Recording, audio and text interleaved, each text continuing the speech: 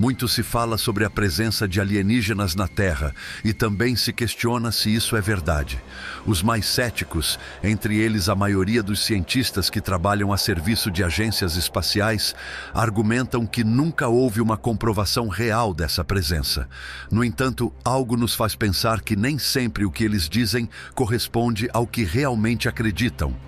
E a prova disso está no que Donna Hare, ex-funcionária da NASA, revela. My name is Donna Hare. Meu nome é Donna Hare e durante os anos 70 e 71, trabalhei no prédio 8 da NASA para a empresa contratada Philco Ford. Eles mudaram de nome várias vezes ao longo dos anos e eu trabalhava no laboratório fotográfico atuando em diferentes áreas da empresa, tanto dentro quanto fora do local.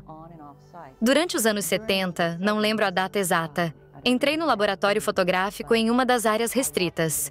Eu tinha uma autorização secreta, mas na época não sabia que existiam autorizações mais altas que a minha, porque essas autorizações devem ser mantidas em segredo. Então achei que tinha o nível mais alto de autorização. Entrei em uma área restrita que não era da minha empresa, era o laboratório fotográfico da NASA. Lá, eles revelavam os filmes da Lua e as fotos de satélite, tudo o que era feito pela NASA. And there they developed the film from the moon and satellite pictures. Nesse dia em particular, entrei no laboratório de fotos na área restrita. Isso aconteceu entre missões. Um dos cavalheiros com quem eu era amiga e com quem ainda falo ocasionalmente chamou minha atenção para uma área de um mosaico. Era um painel de um mosaico formado por vários painéis juntos para criar uma imagem maior. Acredito que fossem fotos de satélite. Não tenho certeza se eram aéreas, mas mostravam a vista de cima. Eu disse, isso é realmente interessante. Ele explicou tudo e com um sorriso no rosto, disse, olhe ali. Um dos painéis da foto viu um ponto branco e redondo. Na época, as linhas eram muito nítidas e bem definidas. Perguntei a ele, o que é isso? É um ponto na emulsão? Ele sorriu e disse, pontos na emulsão não deixam sombras redondas no chão. E havia uma sombra redonda no ângulo certo com o sol brilhando sobre as árvores. Vi pinheiros. Não vi uma linha costeira. Não sei onde isso foi. Mas olhei para ele bastante surpresa porque eu tinha trabalhado lá por vários anos e nunca tinha visto nada assim. Nem ouvido falar de nada parecido. Perguntei, isso é um OVNI? Ele sorriu para mim e disse, não posso te dizer isso. Não posso te dizer isso. Mas eu sabia que ele queria dizer que era só que não podia me contar. Então perguntei, o que vocês vão fazer com essa informação? E ele disse, bem, nós sempre temos que retocar.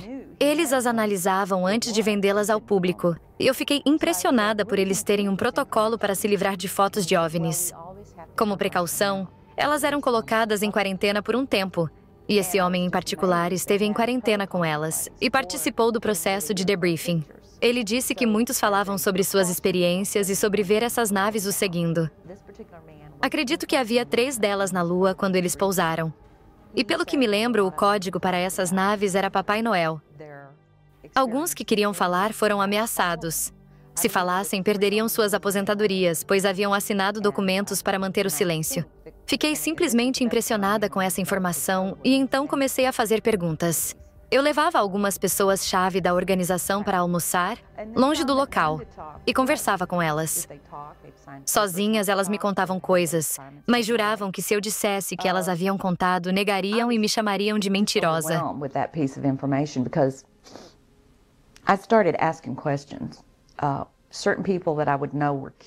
Um homem que eu conhecia muito bem esteve em quarentena com alguns astronautas. Disse que quase todos eles viram coisas quando foram à Lua. Um chegou a dizer que havia naves lá naquele momento. Esse homem simplesmente desapareceu da face da Terra.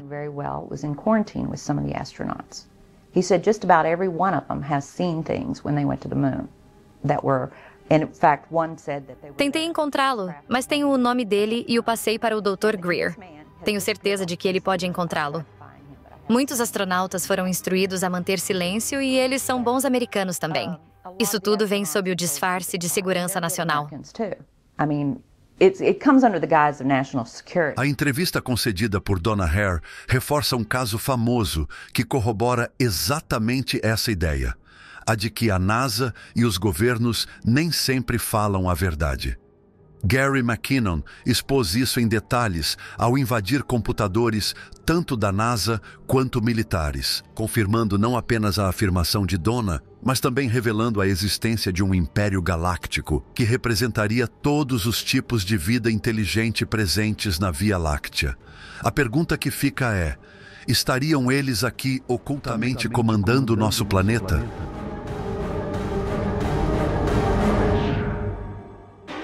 Em uma manhã aparentemente comum de março de 2002, o mundo foi sacudido por um acontecimento extraordinário. Gary McKinnon, um engenheiro de computação escocês de 36 anos, foi surpreendido em sua residência em Londres por agentes que o acusavam de realizar o que seria posteriormente chamado de um maior hack militar da história.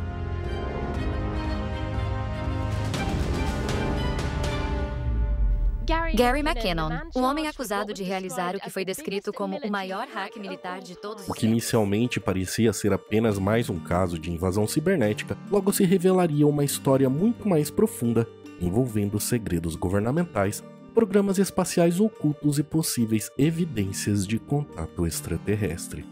McKinnon, que sempre demonstrou um interesse particular por fenômenos inexplicáveis e tecnologias avançadas, não era um hacker comum em busca de informações financeiras ou segredos militares convencionais. Sua motivação era muito mais específica e alguns diriam até nobre. Ele estava determinado a descobrir se os governos, especialmente o dos Estados Unidos, escondiam informações sobre tecnologia extraterrestre e programas espaciais secretos. Durante um período de aproximadamente 2 anos, entre 2000 e 2002, McKinnon conseguiu entrar em 97 computadores pertencentes a diferentes organizações militares e governamentais americanas, incluindo o Pentágono e a NASA. Sua técnica era surpreendentemente simples. Ele explorava vulnerabilidades em sistemas que ainda não haviam recebido atualizações de segurança necessárias. E ele fez isso utilizando um programa de acesso remoto bastante conhecido chamado Remotely Anywhere. O que torna sua história ainda mais incrível é que todas essas invasões foram realizadas a partir de um simples computador no seu quarto, usando uma conexão de escada. Ele passava horas vasculhando os sistemas, frequentemente de madrugada, quando o fuso horário americano facilitava o acesso aos computadores que estavam ociosos.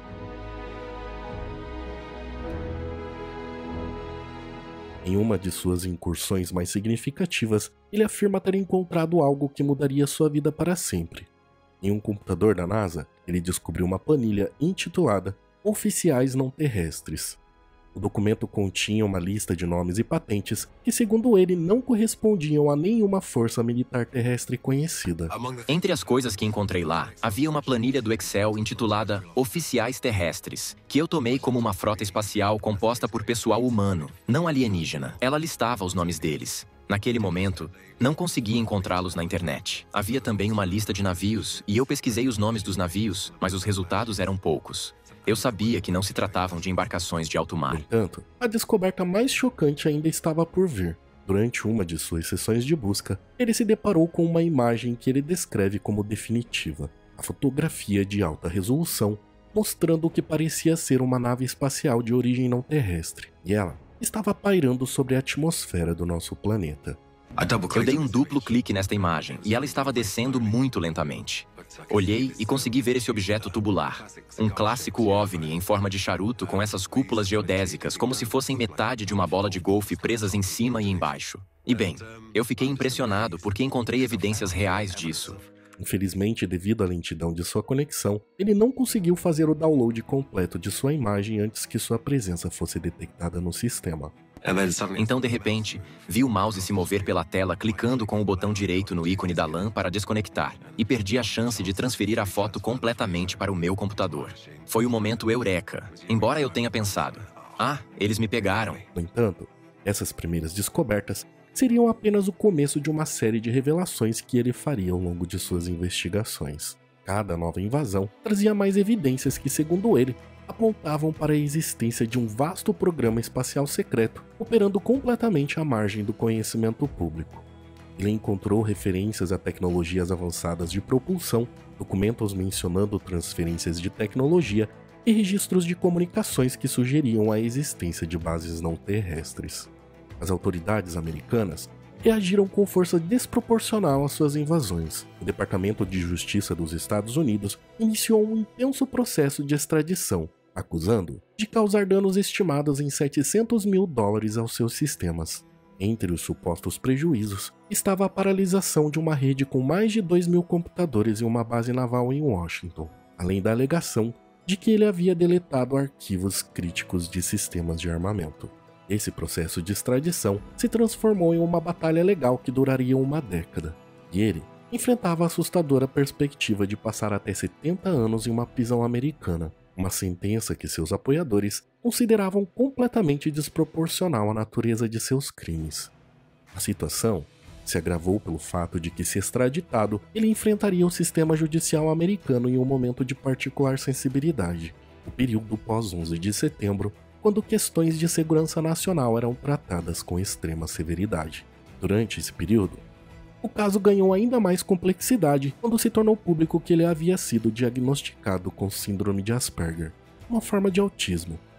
Seus advogados argumentavam que sua condição o tornava particularmente vulnerável e que sua extradição poderia ter consequências devastadoras para sua saúde mental. Essa revelação transformou o caso em um debate não apenas sobre segurança cibernética, mas também sobre direitos humanos e tratamento adequado de pessoas neurodivergentes no sistema judicial. O caso começou a atrair atenção internacional, com personalidades públicas e ativistas se manifestando em sua defesa. Entre seus apoiadores mais notáveis estava o músico do Pink Floyd, David Gilmour, que chegou a lançar um single beneficente para ajudar em sua defesa legal. A imprensa britânica também abraçou sua causa, retratando-o frequentemente como um hacker idealista em busca da verdade, em vez de um criminoso cibernético malicioso.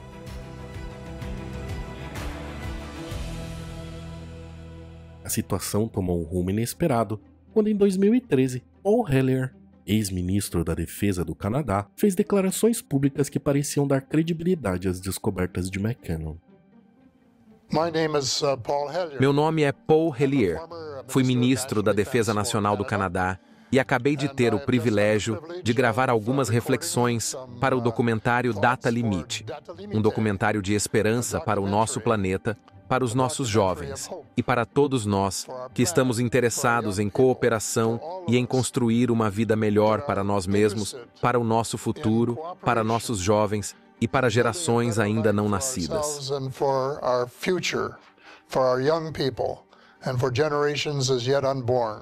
Hellyer afirmou que diversos governos ao redor do mundo mantinham contato com diferentes grupos de extraterrestres e que algumas dessas espécies alienígenas visitavam a Terra há milhares de anos.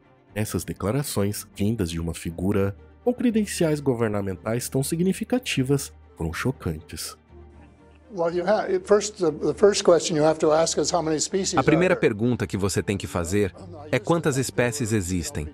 Eu costumava pensar que havia entre 2 e 12, e o astronauta da Apollo, Edgar Mitchell, que veio a Toronto alguns anos atrás e jantou conosco, concordou que havia algo entre 2 e 12.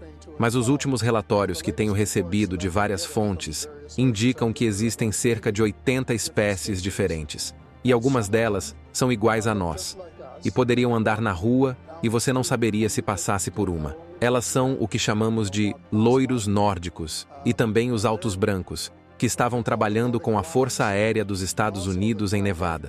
Eles conseguem passar despercebidos.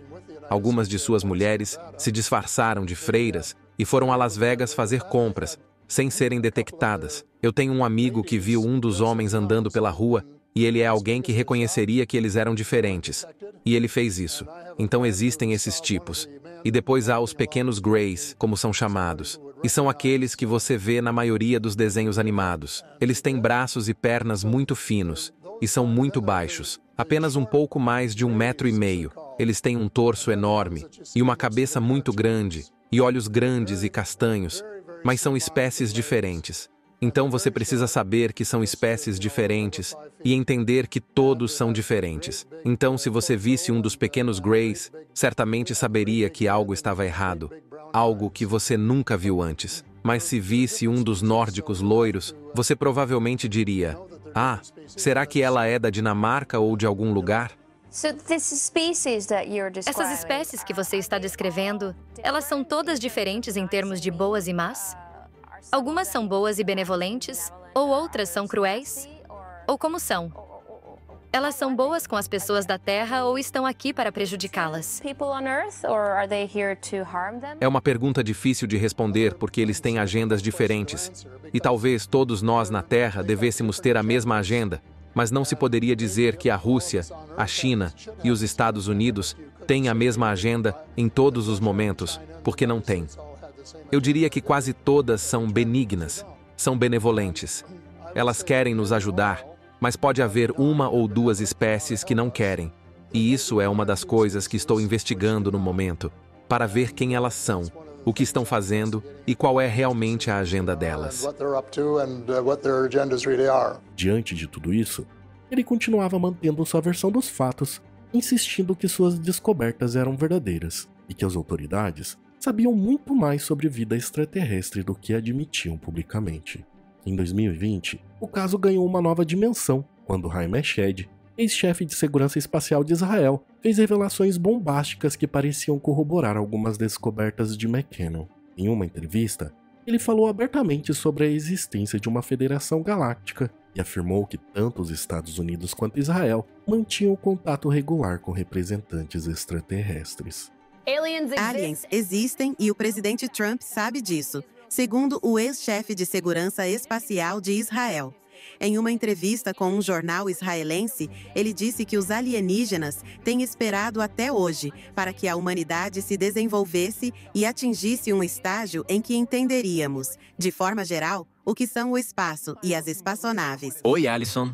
Essa é uma história e tanto, e vem do homem que liderou o programa de segurança espacial de Israel por quase 30 anos. Haim Eshed faz uma alegação extraordinária de que os Estados Unidos e Israel têm mantido contato com um grupo de alienígenas por anos. Não imigrantes, mas extraterrestres. Ele os chama de Federação Galáctica dos Alienígenas e diz que o presidente Trump sabe da existência desses alienígenas e estava prestes a revelar seus segredos, mas foi pedido que não o fizesse pela Federação para evitar o que ele chama de histeria em massa. O general aposentado diz que os Estados Unidos e Israel esconderam isso do público porque a humanidade não está pronta e os alienígenas não querem se revelar, até que possamos evoluir e entender o que o espaço realmente é. A boa notícia é que ele afirma que um acordo foi feito entre o governo e os alienígenas, um contrato para fazer experimentos aqui. Ele também diz que existe uma base subterrânea secreta em Marte, onde há representantes americanos e alienígenas. Agora, o ex-chefe de uma divisão do Ministério da Defesa de Israel tem 87 anos. Era muito respeitado, pelo menos até agora. E disse tudo isso em uma entrevista com um jornal israelense em hebraico. Mas a história realmente ganhou força depois que partes dela foram publicadas em inglês pelo Jerusalem Post. Ele diz que veio a público agora na esperança de que sua notícia seja aceita como verdadeira. Ele observa que se tivesse feito essas alegações há 5 anos, teria sido hospitalizado, mas agora diz: não tenho nada a perder. Até agora, o presidente Trump não fez nenhum comentário sobre isso, mas lembre-se de que, há 1 ano, ele criou a Força Espacial como o 5º ramo das Forças Armadas dos Estados Unidos. Perguntamos à Casa Branca, ao Departamento de Defesa e a oficiais israelenses para comentarem. E até agora eles não responderam à solicitação da NBC. E me pergunto se algum dia responderão. So far, they have not responded to the NBC News request, and I wonder if they ever will. As declarações de Eshed foram ainda mais longe, mencionando a existência de uma base subterrânea em Marte, onde astronautas americanos e alienígenas supostamente trabalhariam em conjunto. Segundo ele, havia um acordo de sigilo entre os governos terrestres e os representantes extraterrestres, que consideravam que a humanidade ainda não estava preparada para uma revelação completa de sua existência.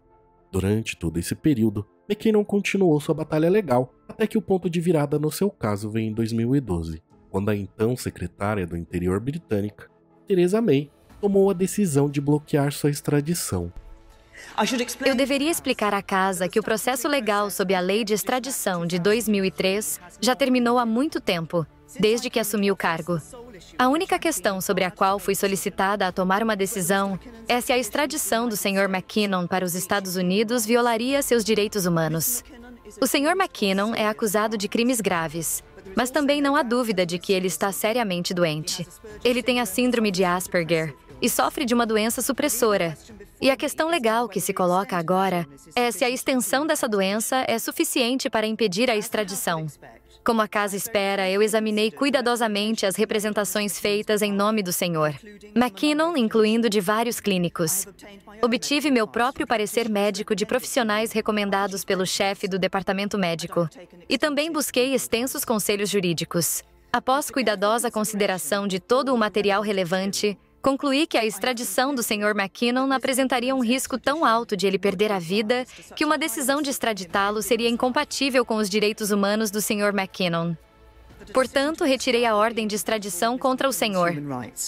I have therefore withdrawn the extradition order against Mr. McKinnon. Agora cabe ao diretor de processos públicos decidir se ele tem um caso a ser respondido em um tribunal do Reino Unido. Este tem sido um caso difícil e excepcional, e gostaria de prestar homenagem a todos os oficiais e advogados do Ministério do Interior que trabalharam neste caso ao longo dos anos. No entanto, as consequências de suas ações continuam a afetar a sua vida até hoje, pois ele permanece na lista vermelha da Interpol, o que significa que não pode viajar para fora do Reino Unido sem risco de prisão. Em 2021, o Pentágono deu um passo histórico ao criar um escritório específico para investigar relatos de OVNIs, que agora oficialmente levam a sigla UAPs. Essa mudança, junto com a liberação de vídeos oficiais mostrando encontros entre pilotos militares e objetos inexplicáveis, sugere uma nova era de transparência em relação a esses fenômenos. E muitos veem essas mudanças como uma validação parcial das alegações de que McKinnon havia feito quase 2 décadas antes. As descobertas iniciais, feitas por ele, que antes pareciam fantasiosas, começaram a ganhar nova perspectiva à medida que mais informações oficiais sobre fenômenos aéreos inexplicáveis vieram à tona. E o Pentágono, que inicialmente negava qualquer interesse em OVNIs, mudou drasticamente sua postura. Em relatórios recentes, eles admitiram a existência de um programa secreto de investigação que operou entre 2007 e 2012. Esse programa investigou diversos casos de encontro entre pilotos militares e objetos que demonstravam capacidades tecnológicas muito além de qualquer aeronave conhecida. A comunidade científica também começou a abordar o tema com mais seriedade. Universidades renomadas iniciaram programas de pesquisa dedicados ao estudo de fenômenos aéreos não identificados, e astrônomos profissionais passaram a discutir abertamente a possibilidade de vida extraterrestre inteligente. O aspecto mais curioso desse caso é como suas descobertas parecem se encaixar em um padrão maior de revelações graduais sobre atividades espaciais secretas. A chamada teoria da divulgação controlada ganhou força entre pesquisadores do tema, sugerindo que governos estão liberando informações de forma calculada para preparar a população para revelações mais significativas no futuro. Queremos obter a divulgação, mas queremos fazê-lo de forma controlada. Queremos obter isso de uma maneira que não cause o colapso da sociedade, como Eric Klein falou sobre o colapso do sistema de todas as sociedades antigas em 1177 a.C. Esta é a ordem da preocupação potencial que pode estar acontecendo aqui. E a terceira parte é: o que queremos fazer sobre esse problema? Bem, temos que realmente abordar os aspectos científicos, técnicos, éticos, legais e religiosos disso, e mais pessoas precisam estar envolvidas se quisermos fazer esse progresso. Este é o tipo de plano de campanha obrigatória do Departamento de Defesa dos Estados Unidos. Tivemos a fase 1, e eu diria que a fase 1 terminou quando conseguimos a emenda Schumer. Ela dizia: demonstrar a existência dos UAPs até janeiro de 24, e você pode pensar, bem, isso é loucura, nunca vai acontecer, provavelmente não vai acontecer na minha vida. Eu estou dizendo que isso já aconteceu. O grupo dos 8 acabou de dizer que precisamos dessa legislação e que eles não têm a supervisão adequada. Então a divulgação é um processo e não um evento, e vai acontecer em etapas ao longo dessas fases. A fase 2 é onde a academia e eventualmente chegamos ao público em geral. E vemos como, em outubro de 2030, talvez seja o ponto de inflexão quando esse conselho se encerrar. São 7 anos para o Conselho cumprir seu papel, mas para facilitar o trabalho do Conselho, temos a linha de esforço da investigação filosófica, a linha de esforço da investigação científica, a linha de esforço da investigação do setor privado, que é onde todos nós podemos contribuir para facilitar e reduzir essa barreira potencial. Os documentos que ele alega ter encontrado mencionavam tecnologias de propulsão avançadas e sistemas de energia livre, conceitos que na época pareciam ficção, mas que hoje são objetos de pesquisas sérias em laboratórios ao redor do mundo. Aqui está a sua lista de acusações. Você invadiu o Exército, a Marinha, a Força Aérea, o Departamento de Defesa e a NASA, entre outras coisas. Por quê?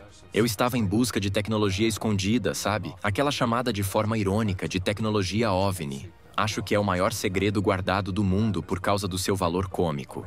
Mas é uma questão muito importante. Temos aposentados que não conseguem pagar suas contas de energia, países sendo invadidos para garantir contratos de petróleo para o Ocidente, enquanto partes secretas do governo estão escondendo tecnologia de energia livre. Como você tentou encontrar o que estava procurando na NASA e no Departamento de Defesa? Bem, eu presumi que, embora fosse parte de um projeto secreto do governo, deveria haver vínculos militares.